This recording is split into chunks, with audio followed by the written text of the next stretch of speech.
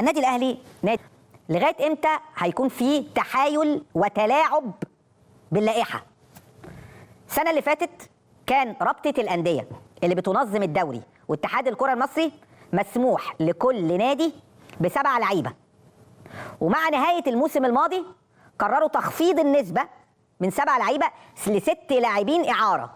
قال لك اي نادي من حقه يطلع 6 لعيبه اعاره. جراديشار بطلوعه اعاره، وقبلها محمد عبد الله، وقبلها